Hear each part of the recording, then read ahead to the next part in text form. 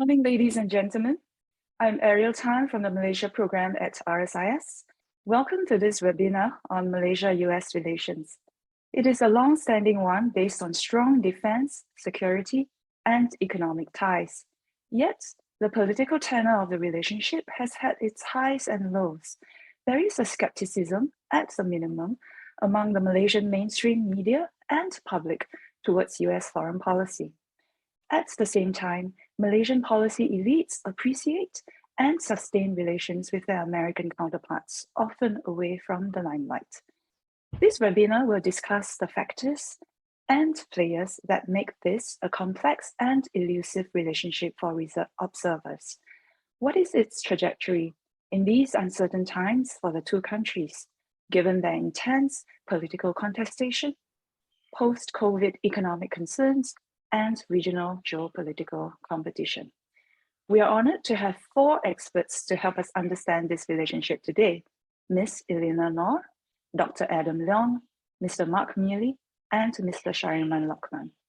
You would have seen their bios, but briefly, Ms. Elena is Director, Political Security Affairs of the Asia Society Policy Institute and Deputy Director at its Washington office.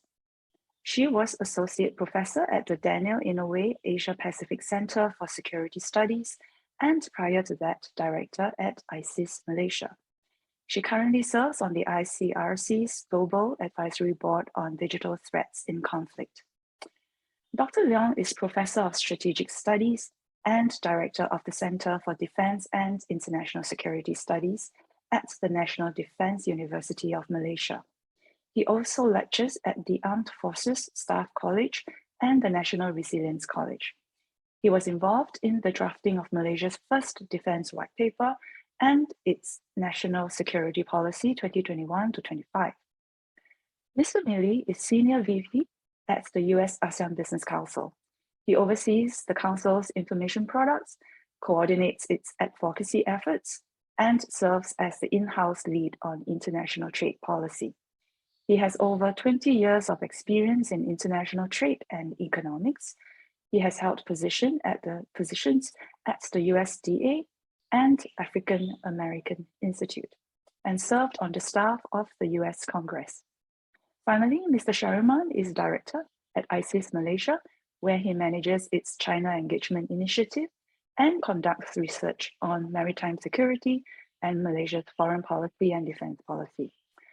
He was a consultant for Malaysia's Defense White Paper and is one of the two chief writers of Malaysia's recent foreign policy framework.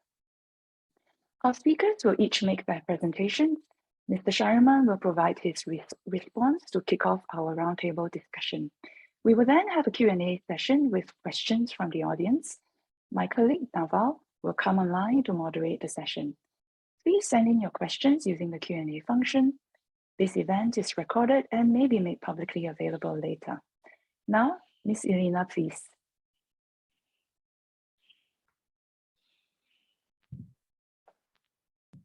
Thank you so much, Ariel, for the very kind introduction and for having me at this webinar. It's really good to be amongst friends and colleagues. So let me try to kick things off by talking a little bit about the political relationship between Malaysia and the US. I'll cover some points in my allotted time. I'm sure we'll have a longer conversation later on. So my overview assessment of the US-Malaysia relationship, I think let's start with the US-Malaysia Comprehensive Partnership of 2014. This, I think, marked a high point in bilateral relations between the two countries. But unfortunately, momentum has petered out since then, despite expressions and most recently the Biden administration's well-intentioned pledges to revive the essence of this partnership through multi-level engagements. And a lot of this is because stuff has happened, domestic stuff, external stuff. And you may be wondering, what is all this stuff that I'm talking about? Well, let me tell you. So there have been domestic and external challenges. I'll start with the domestic. There have obviously been changes in government since 2014 when the partnership was announced. In the US, we've had two administrative changes. changes of very different styles, very different focus areas of foreign engagement. And in Malaysia, we've also had 2 administrative changes. We've had 3 changes of prime ministers in Putrajaya. So let's start with the US. In 2015, the Trump administration's America First policy came into existence, and the Muslim ban that was slapped on very early on obviously sat uneasily with Muslim majority in Malaysia. The Trump administration's much harsher approach to China also, and as well as its lack of apparent interest in Southeast Asia beyond anything but a China lens, alienated Malaysia as it did with many other Southeast Asian countries. That said, as a side note, personal ties at the highest political level remained very good between both President Trump and Prime Minister Najib at the time, even amid ongoing Department of Justice investigations into the 1MDB scandal. Prime Minister Najib even visited Washington in 2017. I think in parallel, Malaysia has also been experiencing its own dramatic political shifts. Not sure if any of you have noticed, but there was a seismic win by the Pakatan Harapan government in 2018, but this was very quickly followed by several aftershocks, resulting in, as I mentioned, a change of 3 prime ministers in fairly quick succession, especially over the last 2 years. There have also been 3 changes in the foreign minister's portfolio, but really only 2 foreign ministers have been changed. The Foreign Minister Saifuddin Abdullah returned to his position very recently, replacing Hishamuddin Hussein just before him. So notwithstanding the experience of both these foreign ministers, Saifuddin Abdullah and Hishamuddin Hussein, foreign policy in Malaysia, as with most other bureaucratic functions during the pandemic, was, I would say, largely on autopilot, given the institutionalization of the fundamentals of Malaysia's foreign policy. So it was smooth sailing. There were no changes, no drastic changes, while the politicians duked it out at the very top for their own political survival, influence, and leadership. And then apart from the changes in government that we've seen in both the United States and Malaysia, we also had a bit of a minor occurrence throughout the world. You may have heard of COVID-19. In the US, the number of infections began peaking around election month in November 2020 at around the 1 million mark. And this continued through to Inauguration Day in January 2021, with the number of deaths quickly climbing to about 10,000 to 20,000 a day. In January 2021, there were around 96,000 deaths in the United States, and it was, at that point in time, the deadliest month for the United States. So obviously, President Biden coming into office, his first priority was, in his words, getting as many shots in people's arms as possible. And there was a promise on his part to deliver 100 million shots in his first 100 days in office. As well, one of his priorities was getting the economy back on track, in addition to managing the pandemic at home. In Malaysia, although the numbers were not as serious on an absolute level, Malaysia has experienced several waves at a time of political upheaval. So the Sheraton move that brought down the Pakatan Harapan government that occurred in February 2020 happened right before the COVID uptrend around the world. And then we have also seen in Malaysia a declaration of emergency that was instituted in January 2021, a move that had not been done prior after more than 50 years. And this happened around the first wave in Malaysia, first wave of COVID-19 in Malaysia. Apart from these domestic developments, there were external developments, of course.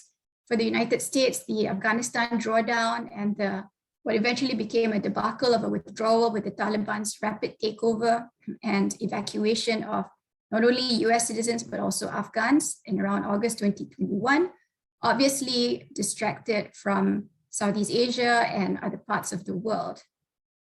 And then you had, again, despite the well-intentioned pledges and commitments of a more focused Asia policy from the Biden administration, there were fits and starts, I would argue, that we saw in Southeast Asia. Despite the experience of the National Security Council's Asia team led by Kurt Campbell, who is often called the architect of President Obama's Asia pivot or rebalance policy. For example, Assistant Secretary of State for East Asia and Pacific Affairs, Daniel Crittenbrink, did not assume his position until September 2021.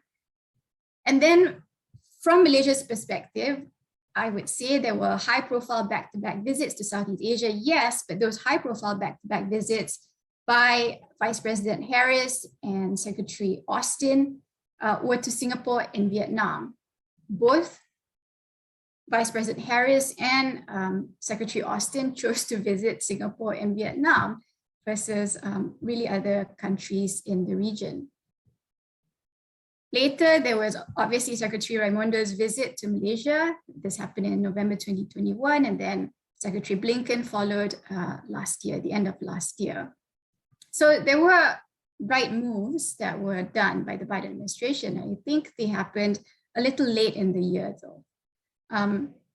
That said, the US did donate 1 million Pfizer vaccines at the height of Malaysia's second or third COVID wave, depending on your calculation, around July 2021, and that was really very appreciated by Putrajaya. Now, moving forward, I think there will continue to be sticking points. Obviously, trafficking in persons, Malaysia remains at tier 3. Labor rights, we've seen this play out with rubber gloves. But these are areas that Malaysia is well aware of, and that the Foreign Minister, Saifuddin Abdullah, acknowledges that there should be more work on. There will also be points of puzzlement. Malaysia's non-participation in the US's Virtual Summit of Democracy, for example. Malaysia did not issue any public statement as to why it ended up not showing up to the summit. And you could say that it was either a calculated move to avoid a diplomatic gaffe since Taiwan was invited, or it was a foreign policy faux pas of its own because it could be interpreted as having snubbed the US's outreach. But since Secretary Blinken turned up in Malaysia a week later, I think we can assume that all turned out okay.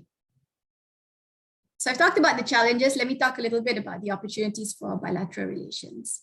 There are new areas of cooperation that have been identified by both sides that are, I think, to be particularly welcomed. A focus on the digital economy, for example, focus on cybersecurity. These are areas that are very much needed in Malaysia. There's a renewed awareness in the revised foreign policy framework on both these areas that I think the US can contribute quite a bit on. I won't talk about defense ties because I'm sure Adam will talk about that. But I think these are continuing points of the Malaysia-US trajectory defense, people-to-people ties that will continue to benefit from greater investment and attention on. Speaking of people-to-people ties, I think the one bright spot that has really shone through in the bilateral relationship has been YCD. 10,000 Malaysians alone make up the YCD community in Malaysia. This is 10,000 out of 150,000 across Southeast Asia. The fact that the US has been able to facilitate this regional, even international platform among Southeast Asians, between Southeast Asians and Americans, a platform that has been able to really harness these youthful aspirations and actions that no other government in Southeast Asia or no other government in the world, let alone a regional organization like ASEAN, has been able to do, is really quite amazing. And I think it's really, again, one of the bright spots of the bilateral relationship, but also a bright spot in the US's value add to the region. Now, let me end with some thoughts on the road ahead. I think there's definitely a desire to do more on both sides with each other.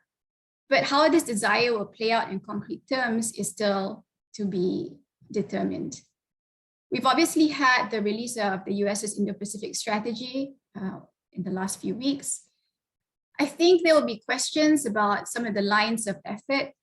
There's talk about strengthening relationships with Malaysia and other partners in the region. What this means in concrete practical terms is, I think, will still need to be fleshed out. And there's also the fact that there remains a great deal of political uncertainty in both countries. In the US, the midterm elections are coming up in November this year. 34 Senate seats and all 435 House seats will be up for grabs. And this will, I think, be seen as a barometer of the US presidential election in 2024. Mark will know a lot more about this than me, but as a Malaysian in Washington, D.C., I think this will be a marker of how things will go in the White House in 2024. And then obviously in Malaysia, general elections will have to be called before the middle of next year. There have been state polls that have been already up and running in Malaysia, also an indicator of the political gears being in place. So in both capitals, I think there's a great deal of uncertainty that will have an impact on how the bilateral relationship will play out. On the Malaysian side, I think foreign policy fundamentals, as I mentioned earlier, are already in place, so there will not be any dramatic shifts regardless of who becomes prime minister. But in the US, I think the shift will be a lot more marked and significant if there is a return of a Trump-like candidate or President Trump himself to the White House in 2024. So let me stop here, and I look forward to listening to the others and to having a conversation later on. Thank you, Ms. Elena. Adam, please.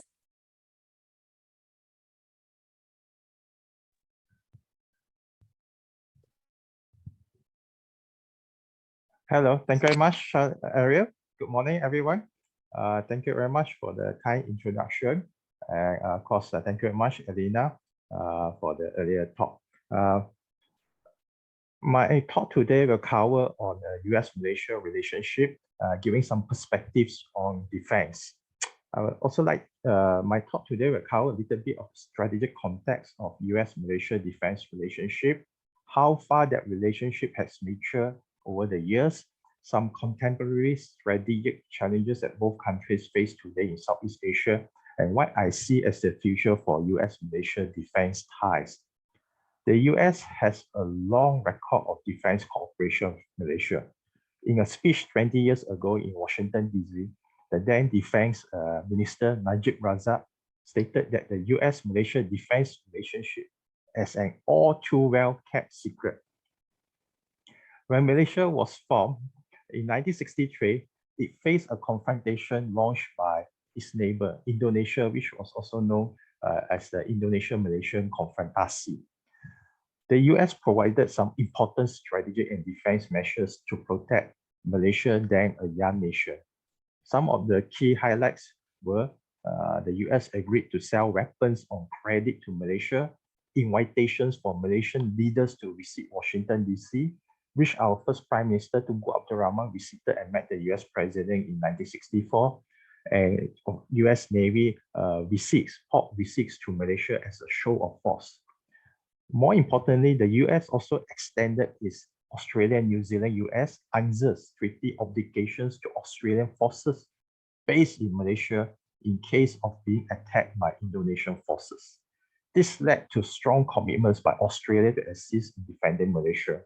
The US also suspended shipments of arms and ammunition to Indonesia and scuttled its plan for US $400 million in economic aid to Indonesia. I believe that is a big amount in those days. These measures managed to coerce Indonesia to wage a low-intensity subversive conflict, which otherwise may have escalated into a more intensive war. In the 1960s and 70s, Malaysia provided jungle warfare training to US troops rotating into South Vietnam. Both Malaysia and the US share common strategic goals then in combating communism. Malaysia experienced its own second communist insurgency from 1968 to 1989. The subsequent US pull-out from the Southeast Asia region in the early 1970s as part of its Nixon doctrine has seen Malaysia building its own defense self-reliance capabilities with the acquisition of some US-made weapons, such as the F-5E Tiger II fighter aircraft, which was procured in 1975. And Malaysian Armed Forces started to use US-made M16 Air Ones as its main infantry assault rifle. Later in 1982, Malaysia also acquired Air Force Skyhawks from the US to bolster its Royal Malaysian Air Force close air support capabilities in combating communist insurgents. As you can see, Malaysia has built robust defense ties with the US, from indirect strategic support to acquisition of military hardware and assets from the US. These early US measures yielded tangible strategic utility for Malaysia. Malaysia's military ties with the US were put on a stronger footing with the inclusion of Malaysia in the International Military Education and Training Program in 1982, IMEC. The IMEC provided approximately about US $1 million annually for funding of military training and education courses to Malaysian Armed Forces personnel. For example, in the last few years, the IMEC program enabled around annually about 300 Malaysian Armed Forces personnel to attend various courses in the US. In 2020, the US Deputy Assistant Secretary of Defense for South and Southeast Asia, Rick Werner, has said that 1 out of 3 senior Malaysian Armed Forces officers have attended US-funded training at US military institutions. At my personal capacity as a lecturer at the National Defense University and my interaction with a lot of military officers, senior military officers, and that definitely I noticed a lot of them has attended courses in the US.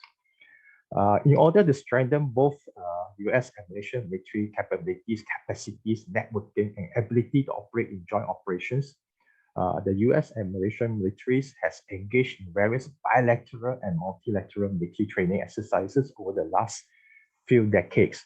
For example, Malaysia has been part of the Cooperation and Float Readiness and Training CARAT exercises since it began in 1995. The Malaysian Armed Forces has also taken part in the Rim of the Pacific Multilateral Naval Exercise, RIMPAC, Cook Tau Fan, Chris Strike, Tiger Strike, and Air Warrior as a few examples. These exercises are mutually beneficial and have given Malaysian Armed Forces personnel valuable capacity building experience. This close defense cooperation was built on the premise that both of these two countries have mutual national interests, such as counterterrorism. During the early years of the global war on terror, Malaysia has allowed US military overflights more than 1,000 times per year. Malaysia has also sent a military medical team with 40 personnel to Bamiyam province in Afghanistan in 2010 and have conducted 4 deployments. In more recent years, both the US and Malaysia have shared mutual interest in ensuring a rules-based international order, especially today, as Alina mentioned earlier on, with the rise of China and some of the issues related to the South China Sea and overlapping claims. The US has also provided assistance in Malaysian Armed Forces capability building programs over the last few years. For example, in 2017, the US has provided nearly $200 million in grant assistance to the Malaysian Armed Forces. The US has also provided assistance to enhance maritime domain awareness, which included 12 Scan Eagle unmanned aerial vehicles, UAVs, maritime surveillance upgrades for Royal Malaysian Air Force CN-235 aircraft under the Maritime Security Initiative, and an air defense radar, which was delivered last year, and I believe is based in Sarawak, based on the news reports that I have read. There are 3 areas today which I believe that the US and Malaysia can jointly build capabilities, which are cyber warfare, unmanned aerial systems, UAS, and maritime patrol aircraft. I believe these domains are where the Malaysian Armed Forces will need some knowledge and experience sharing programs with the US. In the 2019 Malaysian Defense White Paper, Malaysia has stated that it wants to boost its cyber warfare capabilities. The Royal Malaysian Air Force also plans to acquire UAS and maritime patrol aircraft.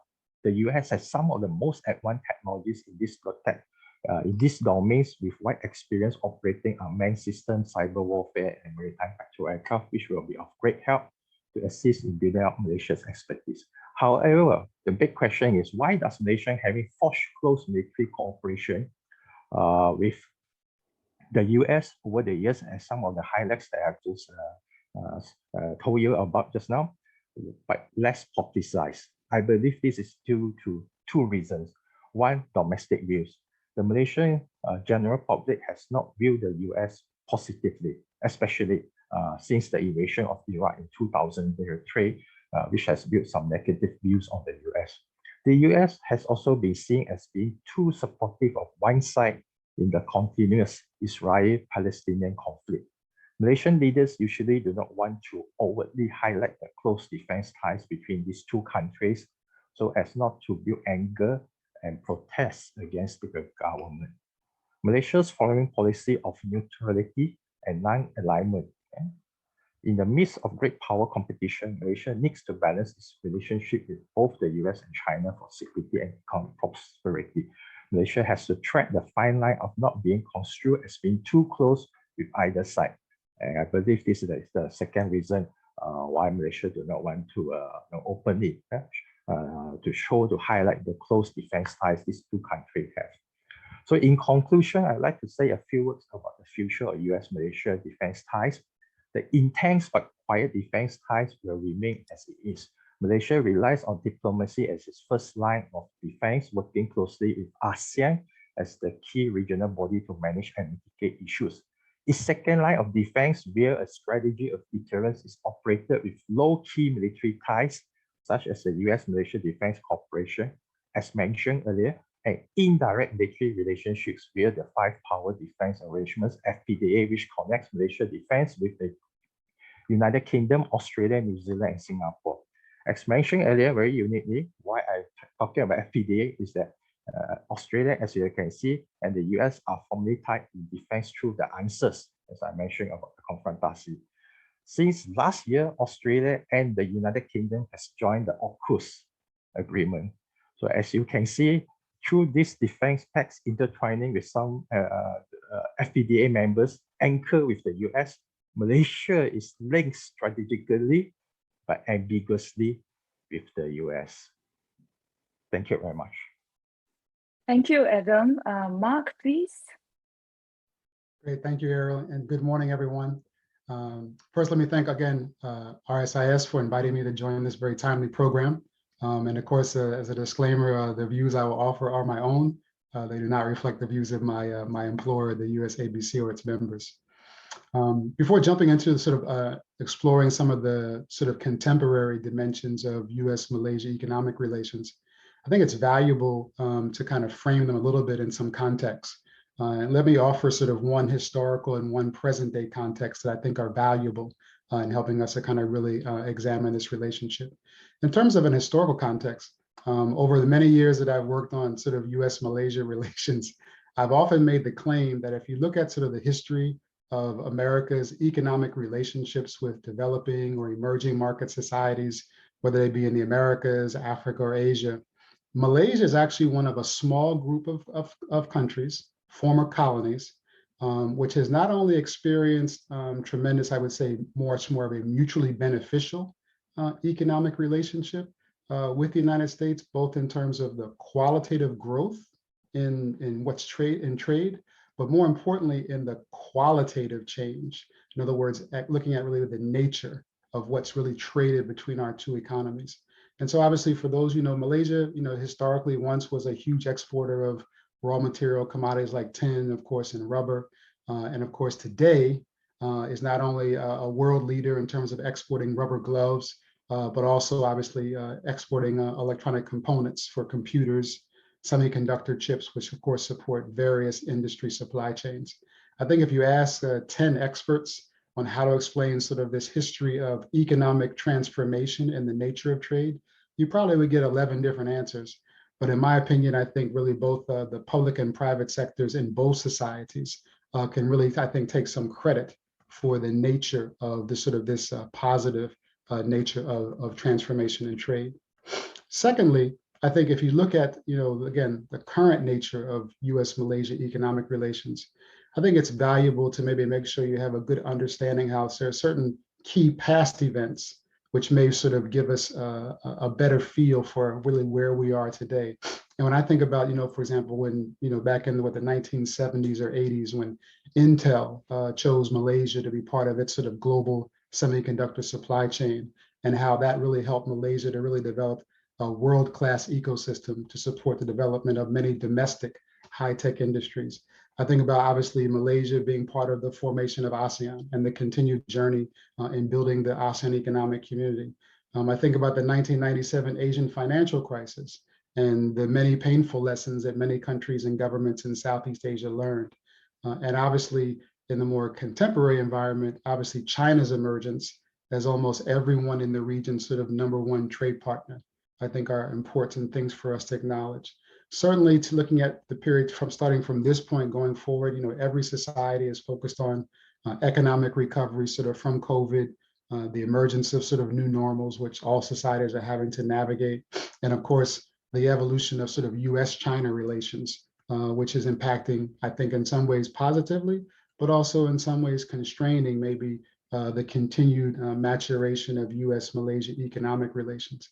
But I mention all those things to say though, if I had to point to sort of one current contextual point, when I think about US-Malaysia economic relations today and really tomorrow, the point that I would really highlight is that I believe that we really are in the beginning of a period of what may be some of the most significant forms of the evolution in Asia's sort of regional trade architecture in the 21st century via the various plurilateral and bilateral preferential trade and digital economic agreements and frameworks, which many nations across the region are participating in, including Malaysia.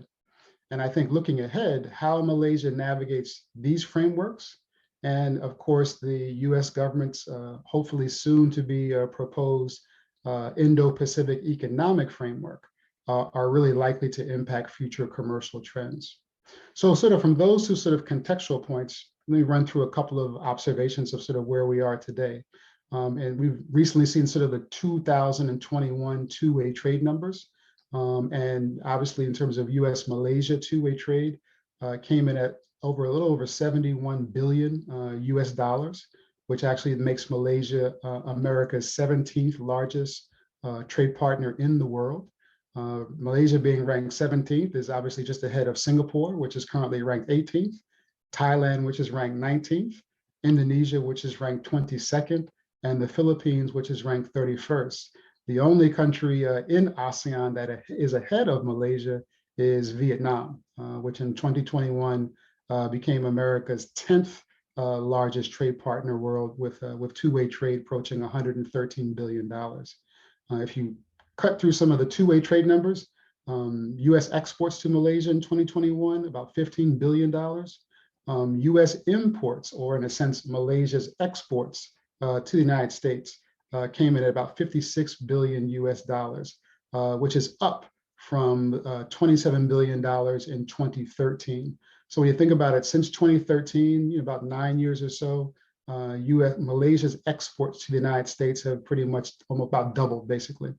Again, the only other country I think that in ASEAN that would be any relative comparison to that very positive trend is that US imports, or basically Vietnam's exports to the United States in 2021 reached 102 billion US dollars.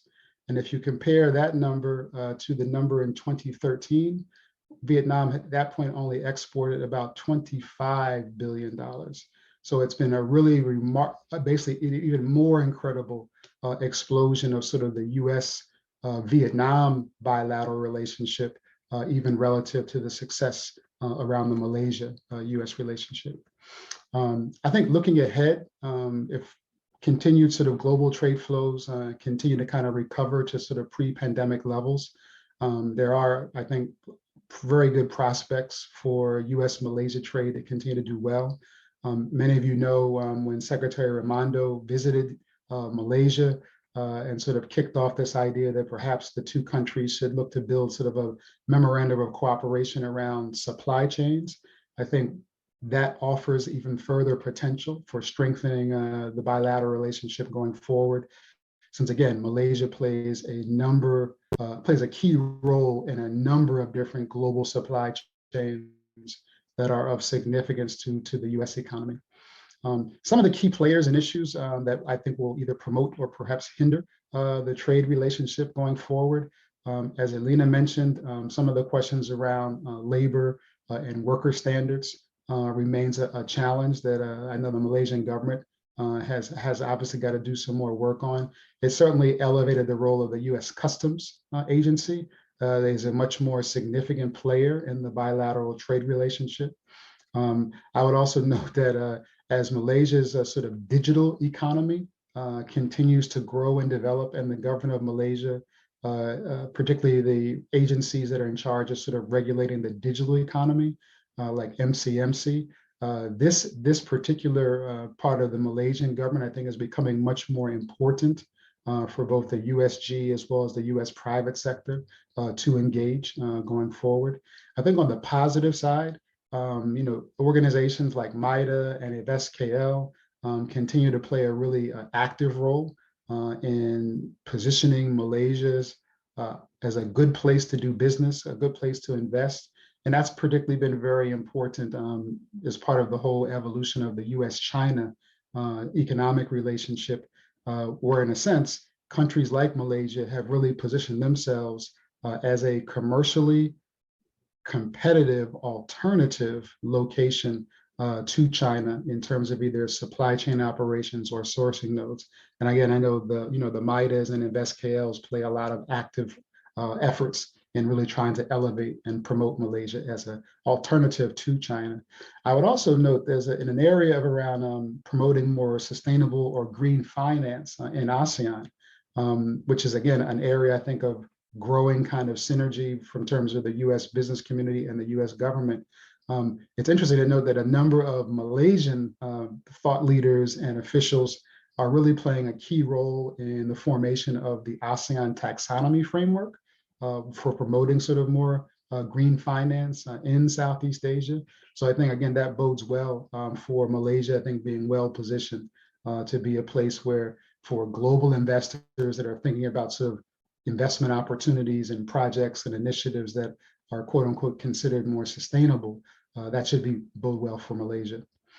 Third area, I think it'd be important that we obviously that we're thinking about a lot is US-Malaysia economic ties in terms of Malaysia's participation in the soon to be released Indo-Pacific Economic Framework.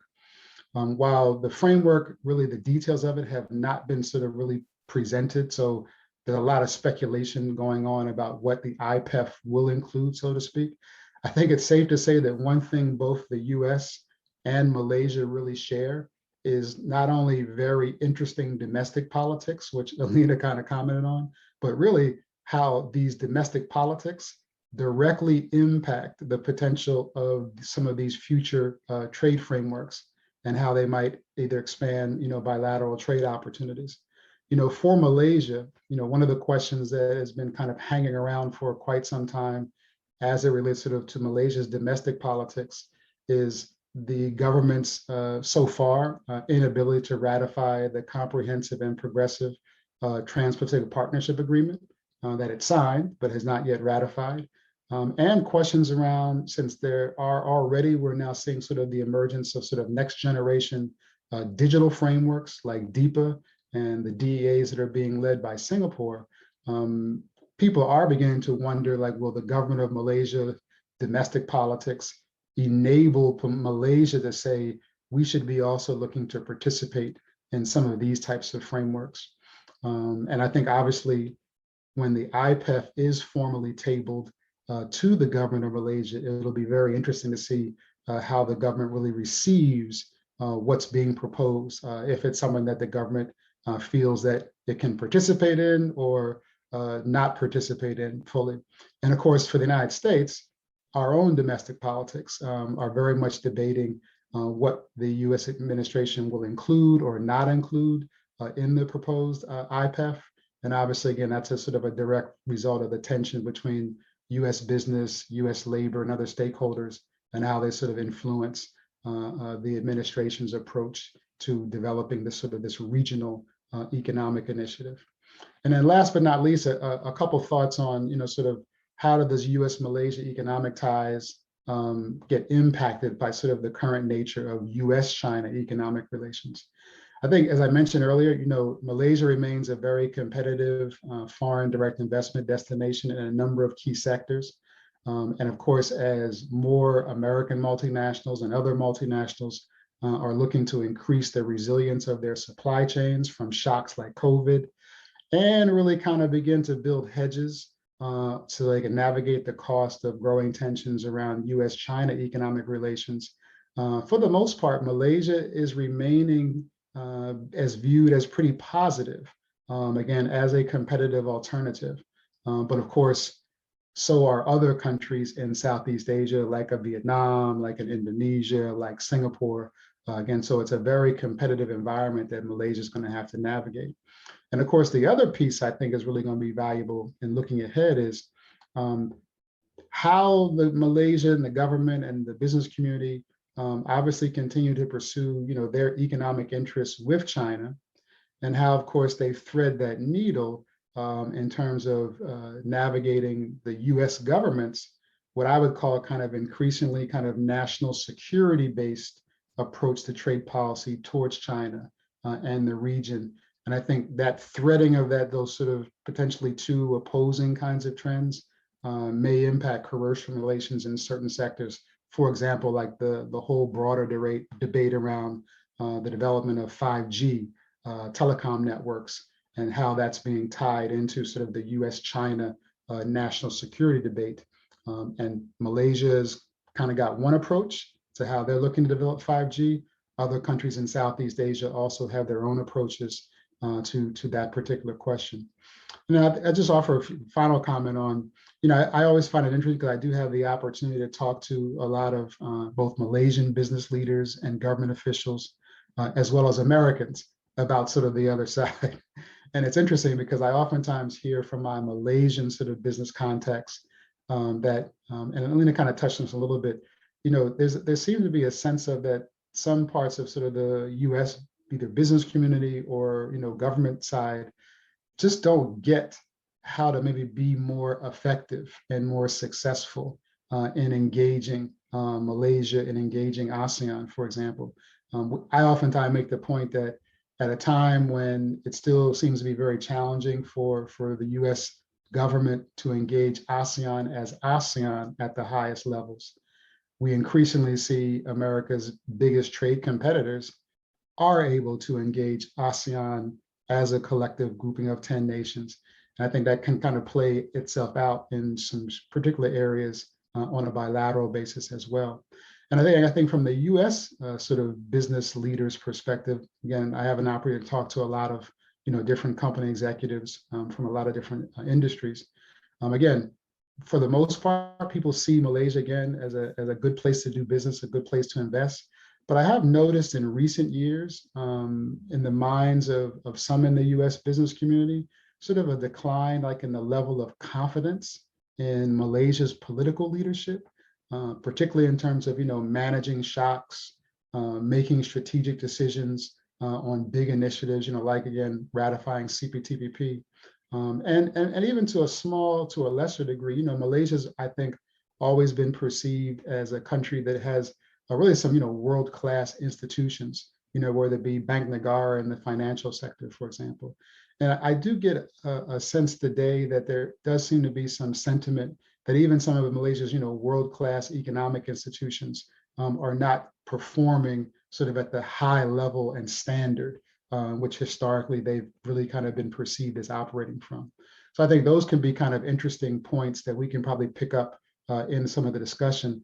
But all in all, 2022 with recovery and with some of the, I think, initiatives around supply chains and more sustainable economic activities, I think the relationship is still on a very positive track for commercial ties going forward. So I'll stop there. Thanks. Thank you, Mark. Thank you so much for sharing these perspectives from both sides. I think that's most valuable. Before we move on to Ray, I would like to remind the audience that Q&A is open. So please send in your questions so that we can have an interesting Q&A session later. And for now, can I invite Shariman to join us, please? Thank you. Thank you. I'm muted, am I? Thank you very much, Ariel.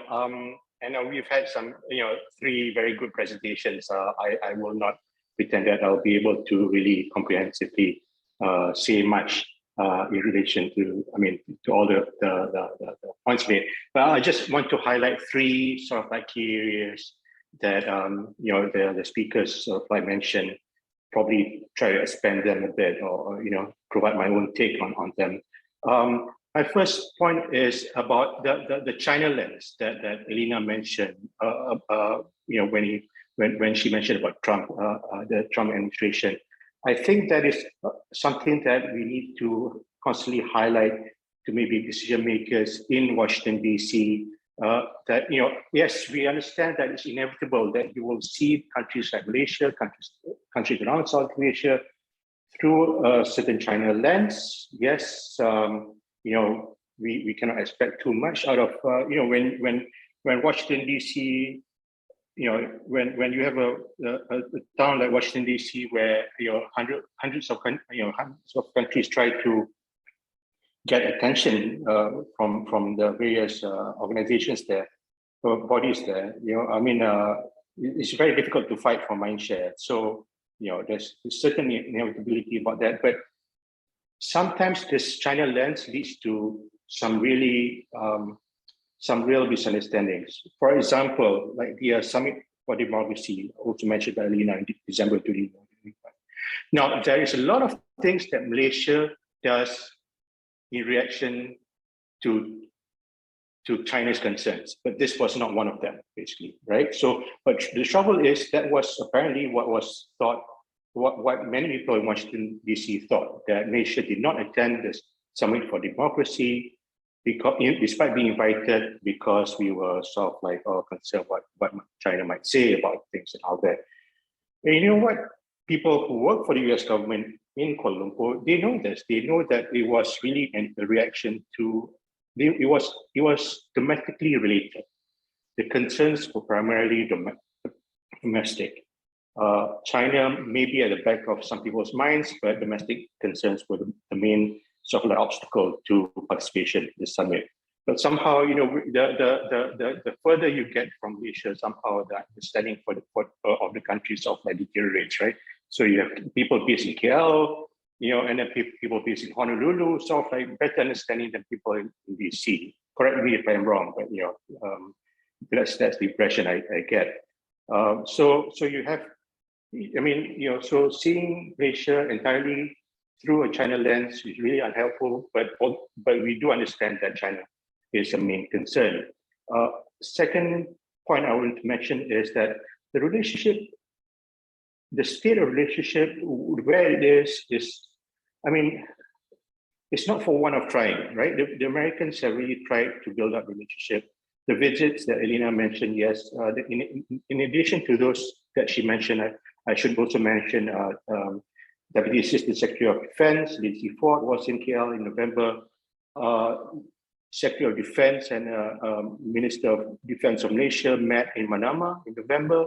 And we were on the brink of having a visit by Speaker of the House, Nancy Pelosi, in January. So, it's not for one of trying. There is real intention, there's real engagement that's been attempted here, but it's not easy. Yeah. Another data point for engagement is that America has provided military assistance to the tune of $230 billion US from 2018 to 2022. So that's not a sum to be sniffed at, really. I agree with Adam that the Middle East is a factor that sort of like creates this sort of like uneasiness among some nations about engaging with the US too publicly, and it leads to a certain sort of like mindshare that creates skepticism towards what America tends to say. I think that pervades, that sort of like, that infects thinking across a whole host of issues, including even Malaysia's attitude towards the current conflict in Ukraine. We can go do that later if you want. But I think there is a bit of that that's influencing how Malaysia is not seeing things about Ukraine right now. That sense that America is somehow at the back of things. But at the same time, I think it's not just the Middle East, not just this skepticism towards America. There are serious sort of bandwidth issues, basically, right? Because I think a lot of leaders in Malaysia for the past 2 years, I think, have been very busy with domestic issues, with COVID, and so forth. There is also money. Money is an issue. So exercises, bilateral exercises with America are not cheap, right? So every time you fly an F-18, it's $40,000 an hour. Or something like that. So it's a considerable sum when it comes to engagement. Third point, headwinds in the economic relationship. I think everyone sort of like covered bits of it. I just want to mention, expand on what Mark said about 5G. I think that is really that's really a good test case for how Malaysia, like Mark said, threads this needle between, trade and national security issues. There is, a recent development where 5G, what's happening on the 5G scene in Malaysia, there is some, I would say, impending change. I think not significant. What's happened is that Malaysia has created a system where one company, Ericsson, will be in charge of building the infrastructure for 5G through a local company in Malaysia. That is no longer as certain as before.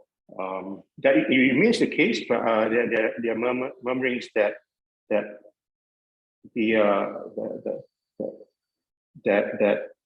things will be open to other companies, and I think America would be concerned if that were to be open to Huawei. So that is that I think we should be watching that space really carefully, because that's potentially an issue that's going to be a major complication for relations with America. I'll just stop there. We can go to Q&A. Thank you, Shariman. Thank you so much. I would be curious to hear the response of our speakers to what Shariman has shared, but I would also like to sneak in a few questions of mine before inviting our speakers to respond. I think an overall question I have for everyone, which Adam sort of touched on, is this underrepresentation, or somehow keeping relations kind of a little under the behind the limelight.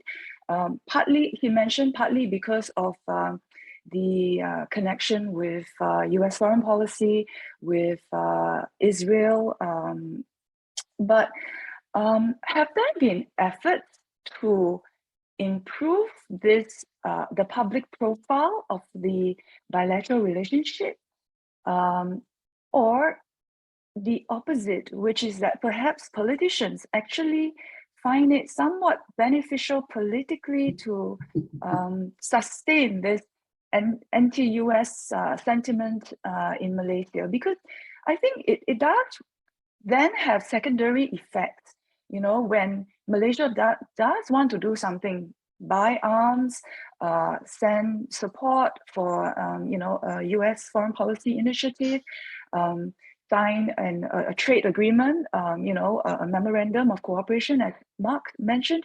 All these bilateral initiatives could be a little harder when the public and the mainstream media, holds a different view, and whether or not it is unchangeable.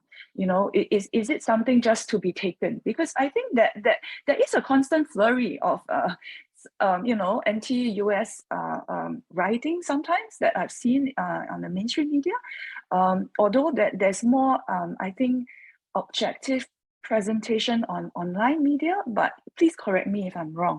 So that is the general, and maybe to ask you whether or not, in your wish list, how do you see how you could how this relationship could be improved?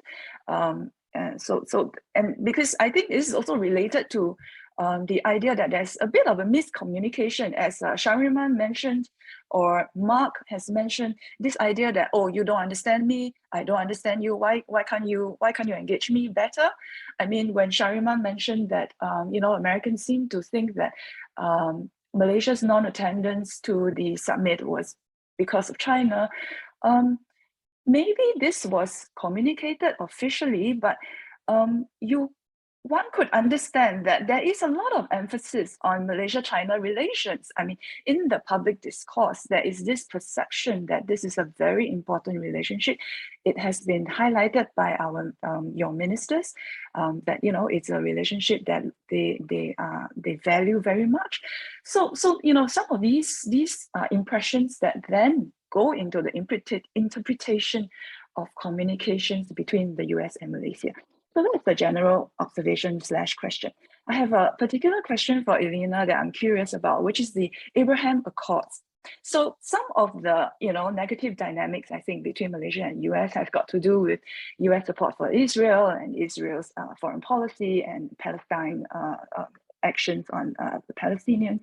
So Abraham Accords is a very interesting development whereby Israel is now engaging with key Arab countries, which are very important partners of Malaysia. So does this mean that there will be less anti-Israel rhetoric in Malaysia? And in that indirect way, it could be a positive for US-Malaysia relations as a result. So that's a question for you. For Adam, could you share with us some of the strategic perspectives between the US and Malaysia on things like the South China Sea? I think the US perspective is clear. The Malaysian perspective is maybe a little less clear. So it would be helpful if you could contrast and the perspective and whether or not it hampers defense cooperation. Number two is the dynamic. I like the way you bring in US allies as supporting relationships for the main US-Malaysia defense ties. But how about the Malaysia-China defense ties? Is there a dynamic in how Malaysians conduct defense relations with the US versus China? Is there a sense that, we can't do this because the other side would be a bit concerned? Who is of a higher priority? I mean, I have my suspicion, but I would like to hear from you. Finally, Mark, Indo-Pacific Economic Framework, no expanded US market access as far as I can see from the US media. Do you see that as a major obstacle? I think you mentioned that there are other ways around it. There's a new age, you can have a supply chain agreement and all that. But surely that is a major factor. And in fact, I would hazard that the reason why Malaysia is hesitant about signing on to CPTPP is also perhaps because it is maybe less attractive to Malaysia now that the US is not in. So, it's kind of awkward for the US to complain about Malaysia not signing on, But I would like to hear from you on market access. How is it a foregone conclusion that's not going to be in it? And how that is perceived by the Malaysians and what could be, how it could be overcome. Some analysts say that the US could sort of substitute market access with arms deals and maybe infrastructure subsidy or investment, but I don't know if that would apply for Malaysia. So thank you very much. And maybe we could go to Elena first, followed by Adam and then Mark, and then maybe even Sharima. Thank you. I love your easy questions, Ariel. Thanks for these challenging questions. Let me try to respond to your initial comment and then answer your specific question to me. So I think on US-Malaysia relations, I would rather turn your question on its head and ask what the net positives would be if a higher profile were accorded to the US-Malaysia relationship from Putrajaya's perspective. There is no doubt there are some theatrics that are machinated by politicians, particularly when it suits their purpose. This happens all over the world after all. But the profile of the relationship between the US and Malaysia has served the Malaysian political elite so far. So why fix something that's not broken? Sure, it'll be easier to get through some of the things that you mentioned, whether on the trade or defense front, but the relationship, I think, hums along quite nicely. Defense ties are very strong, political ties ebb and flow, but that really depends on the political leaders in charge. And this is by no means unusual for any, I think, bilateral or multilateral relationship. So I think, though, that it also affords some wiggle room for the Malaysian political elites whenever there are US misadventures in particularly Muslim majority parts of the world.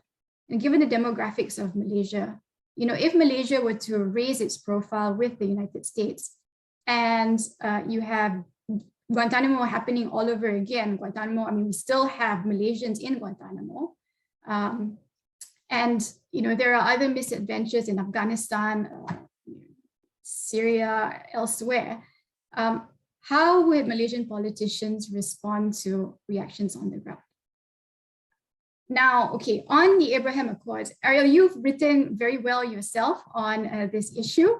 So I actually would defer to some of your own thoughts on this. And I think in your writings, I think you've captured the sentiment very well.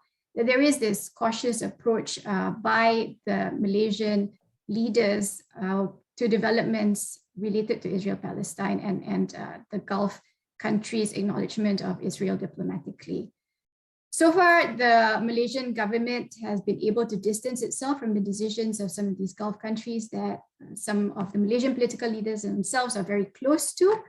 And I think that abandoning the principle of support for the Palestinian cause, whether or not that is part of the wayang, right, the drama that is played out by some politicians, I think is a very real and valid cause that cannot be thrown away, regardless of the theatrics. It's something that Malaysian foreign policy holds very dear to its heart, the upholding of international law. And I think all good international lawyers would say that what Israel's occupation is an occupation. Now, I know many people will disagree with that, but I think on international law, there is a reason why Israel is categorized as a belligerent occupant. So let me stop there. Thank you, Elena. Adam? All right, thank you very much, Ariel, for the good questions. There were two questions directed to me. One is the strategic perspectives of US and Malaysia on the South China Sea issue. And the second one is the dynamics of Malaysia-China defense ties. So I'll start on the first. As I mentioned earlier on, Malaysia and US share a lot of strategic interests together and have developed close defense ties with each other. But when it comes to the South China Sea, I can see that Malaysia has been very careful to track a very fine line, primarily because the South China Sea involves at least 4 claimant states from Southeast Asia together in ASEAN, and with China claiming almost 90% of South China Sea through the historical claim via the 9-line claim. And Indonesia is also worried about North Natuna Island. So in a sense, the South China Sea issue is an ASEAN issue with China. And Malaysia has always used the approach of using ASEAN to have how to deal with China in relation to South China Sea issue. You can see the code of conduct that has been initiated under ASEAN, but I know it has been dragged on right up to today. People are still talking about the code of conduct, and nothing solid has come up to it. On the other hand, I believe that Malaysia also secretly and quietly, as I mentioned on quietly, welcomes US Navy's presence in the South China Sea, especially the freedom of naval operations, because apart from the US and some of its coalition partners, there's really, within Southeast Asia, there's really no country that has that kind of capabilities and capacities to confront or challenge Chinese claims in the South China Sea. I believe Malaysia's perspective on the South China Sea issue has changed over the last 3 years, 4 years, especially in the last couple of years, due to the more assertive Chinese actions, especially moving into Malaysia's exclusive economic zone, EEZ. If you recall, the earlier part of the last decade, Chinese focused its attention mostly on its overlapping claims with Philippines and Vietnam.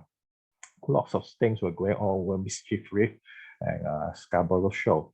But more recently, in the last 3-4 years, you can see Chinese Coast Guard vessels has been very regularly moving around in Malaysia's EEZ maritime waters. And I think that created a lot of worries in Malaysia.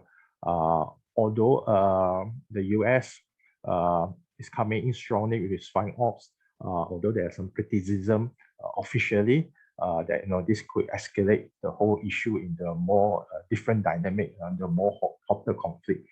But I believe that some of the US freedom operation fund ops really has given some tangible strategic utility for Southeast Asia, those who are the claimant stakes in that region. So in a sense that it's back to what I've mentioned earlier on, in a sense that Malaysia quietly sees the US actions perhaps positively, but on the other hand, again, it needs to balance its relationship with China. It does not want to show that it is openly or overtly welcoming US presence in South China Sea, because then that would complicate matters if China decides to respond and react more harshly. What they have been doing over in Philippines, where they, last year 200 overfishing boats docked in Julian Philip Reef or Wixon Reef and stay there for a couple of weeks or whatnot, and that could be a big problem. So back to the second question on the dynamics of Malaysia-Chinese defense ties. Back in 2005, if I recall, Malaysia and China has signed an MOU to enhance defense cooperation and relationship. I believe, if I remember, there were some military exercises, joint exercises, training progress with China and Malaysia that was done over the last years. The relationship, again, depends on the Malaysian leadership. If there's changes in prime minister or ministers, at its peak was back in 2017 to early 2018 during Najib Razak's administration, Najib's time, where Malaysia really built more stronger, openly welcoming relationship with China. And that actually culminated where the Malaysian Armed Forces, the Defense Ministry, procured 4 littoral mission ships, LMS. At that point, the Defense Minister was Hishamuddin from China, and that came as a big surprise to a lot of people. It was announced, and I think the 3rd or the 4th ship is being ready and being prepared. So that was a peak where Malaysia and China really had a strong relationship. But things sort of cooled down over the last couple of years. Primarily, I think because of the COVID-19 pandemic worldwide.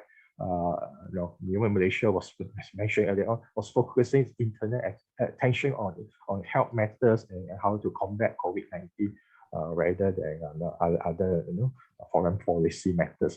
But we can see that the relationship has cooled down over the last few years, which I believe is also linked back to Chinese more assertive actions in South China Sea. If you recall, a lot of things happened in 2020.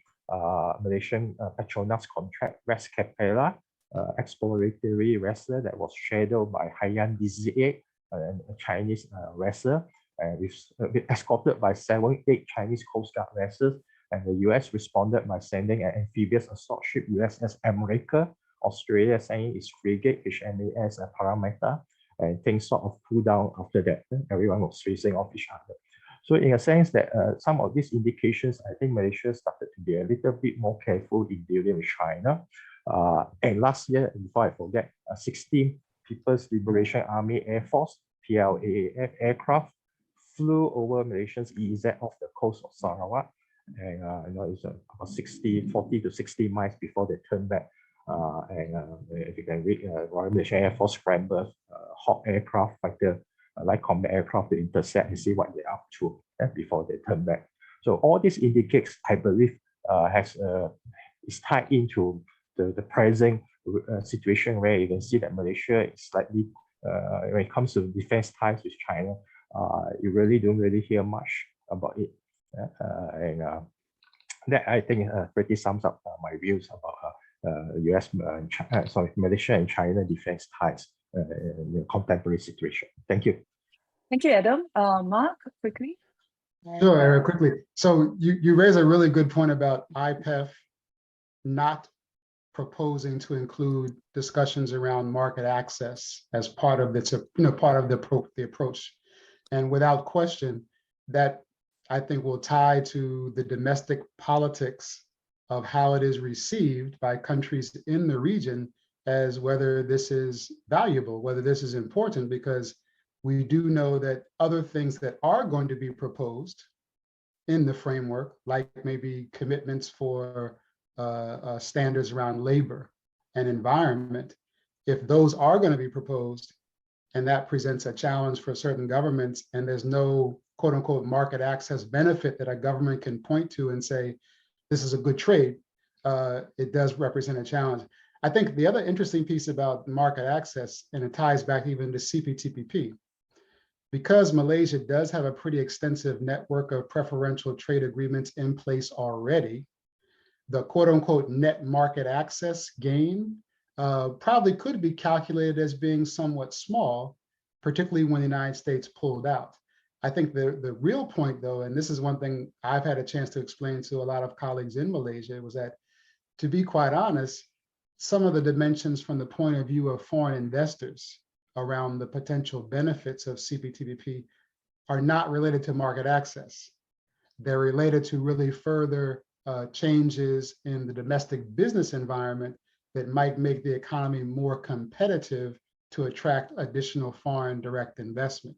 Now, again, that might be a reality, but it's probably harder politically to sell that to one's constituents, to sort of say, oh, we should do this, even though it doesn't necessarily mean any new net preferential market access opportunities. It still would be good for the economy. And I think that's been probably a more challenging political sell. Thank you, Mark. Shariman, would you like to add to the comments that have been made so far? Ariel, maybe you want to go to the questions. I can say something about Abraham Accords later, but maybe you can, I don't know, unless. I think we go ahead with that, and then we'll move to Q&A if you are. All right. Yeah. Okay. So the Abraham Accords thing, I think look, yes, it's awkward. It's awkward that the United Arab Emirates has normalized its relations. At the same time, I think I have not seen any sort of like evidence that the UAE expects us to follow suit. Number one. Number two is that when Blinken came to Southeast Asia in December, he did ask the Indonesians apparently whether we would consider. I think, but he didn't mention it to Malaysia. He didn't ask Malaysia at all. I think they have already sort of like discounted Malaysia in a sense. So I think Indonesia, there's a greater chance of Indonesia doing this deal with Israel than Malaysia. For Malaysia, it's become a highly politicized issue. People feel very strongly about it. And also we have the advantage of being very far away. You know, unlike the UAE, we don't have this problem with Iran. We don't have this background where we are afraid of, Iranian sort of like militia sort of like encircling you and all that. So there is no real compelling sort of reason for us to do it. You know, whereas the UAE, certainly from their perspective, feels that they feel that Israel would make a very good ally against Iran. So I think there's no pressure for us. Thank you, Ray. Now let us hear from Naval and our audience. Naval, please.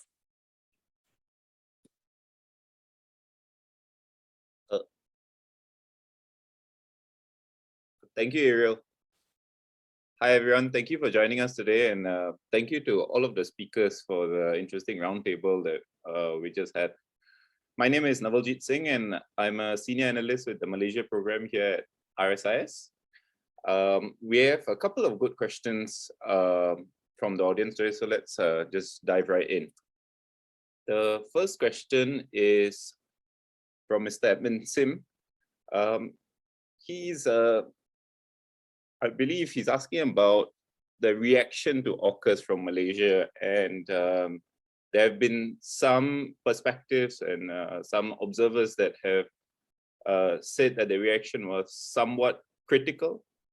And the follow-on question being, how does Malaysia now view the US and the US's advocacy of AUKUS itself? Maybe Dr. Adam, you want to have a go first, and we can move to Elena to see if she has some comments.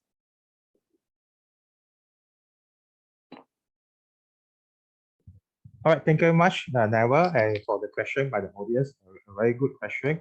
Okay, initially, Malaysia was quite, when AUKUS was announced, Malaysia's response was, in a sense, a little bit reactionary, in a sense that everyone was worried because one of the elements of AUKUS is Australia will be obtaining nuclear-powered submarine. So there was a talks about there will be a nuclear arms race, and it may destabilize the situation in Indo-Pacific and primarily, especially in South China Sea, which would have direct impact on Malaysia. But along the way, as we know, AUKUS did not develop, as it is now, did not develop itself into the sort of dynamic and vibrant defense pact or military alliance that everyone thought it should be. Things have been moving quite slow. And secondly, then we realized that there's really nothing new about AUKUS because both Australia and US is part of ANZUS. During Second World War, from Battle of Malaya and Singapore, the Australians viewed the British suspiciously. You know, you see the military history, how they were left behind by the British forces in a sense by Winston Churchill, and they realized their future ties in the US. From there, you can see Australians have been consistently engaged with the US in various conflicts, including the Vietnam War and more recent conflicts. The British and the Americans have been tied in together since First World War, especially their relationships developed more strongly during Second World War. They had the British-USA agreement to share intelligence, ultra intelligence of the Germans and later the Japanese, purple intelligence. And that relationship has developed over the years. They were members of NATO and they have this so-called special US-British special relationship. And you can see military-wise, the UK has been involved in almost every conflict that the US itself is involved in, especially in the last few years in Iraq, Afghanistan. So really these countries, these three countries, Australia, UK, US, has a long defense partnership, has been together in various different military conflicts, and really coming out of AUKUS is not something that is really new, except that it generates a lot of good press, good news. That's something, again, is being done to, so to speak, although not officially declared, to contain China's spread of influence in the Indo-Pacific region. I hope that answers your question. Thank you. Right. Yeah, thanks, Dr. Leong.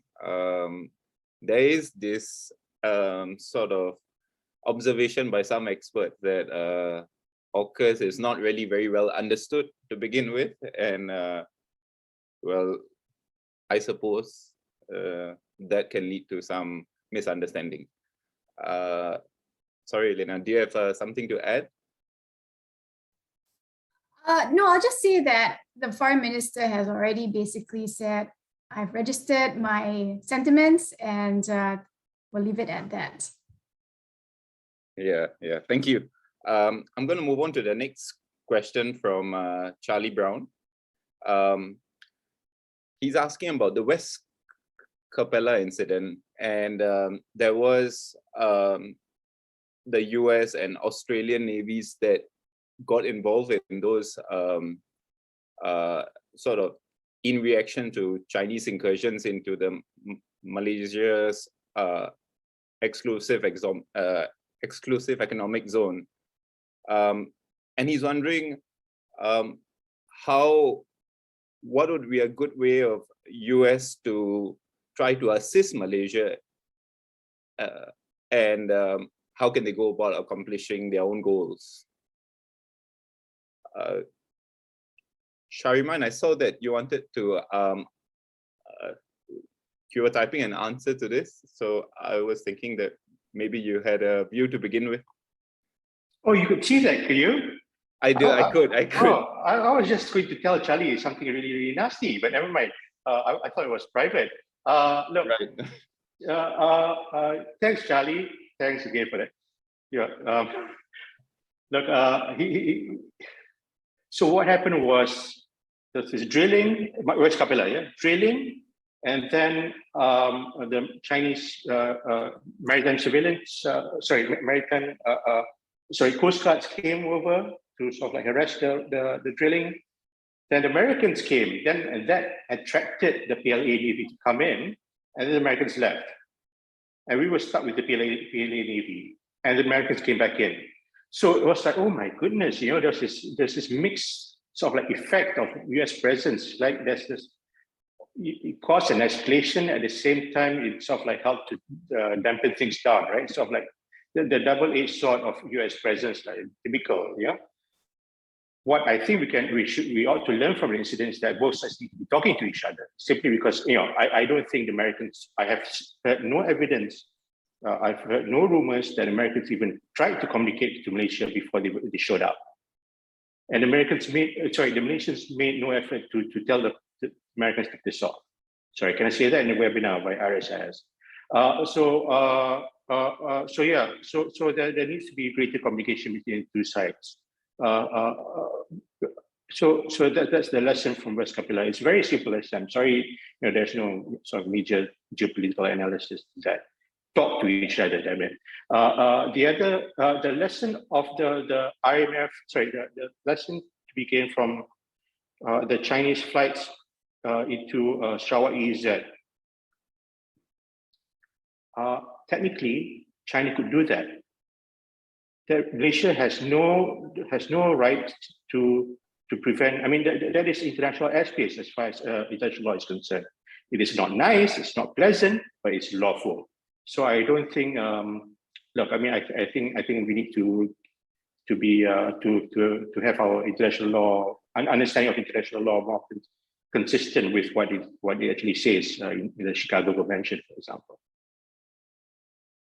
Right. Yeah. Thank you, Dr. Leong. I'm wondering if you have a different take on what the US could do in a similar situation if it wants to try to accomplish, on the one hand, trying to help Malaysia, but also very conveniently help its own cause of pushing back against China in one way or another.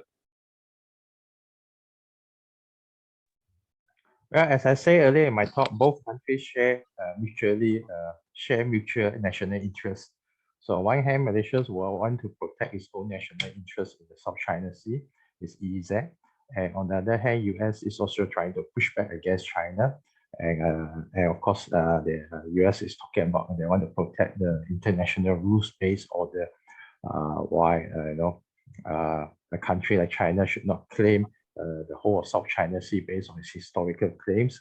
Why US is coming strongly to challenge that claims that wherever China is moving its vessel, it should be monitored to see what it's doing. As I mentioned, China has done a lot of a few artificial island building in South China Sea in the last few years. So there's a bit worries that permanently China is already in South China Sea. What else they could do next? Right now, in Philippines has experienced quite a bit of aggressive actions by China and so on.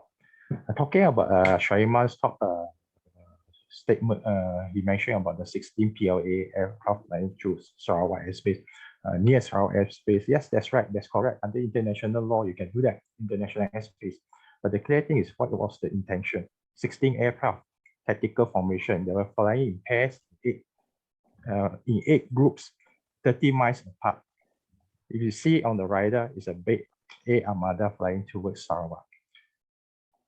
Air controller was sending signals, no response, no reply. What are you doing? Where are you heading? What's your purpose? Right. So yes, you may be able to do it internationally. It's like someone driving a car heading towards you. You can do that, but what is his intention? Is he trying to run you over, or he will swerve at the last minute? So again, that doesn't demonstrate what major power, how it should behave responsibly in over the South China Sea. If I may add, Adam, I think the Americans do that to the Chinese on a daily basis, as they fly very, very close to their national airspace.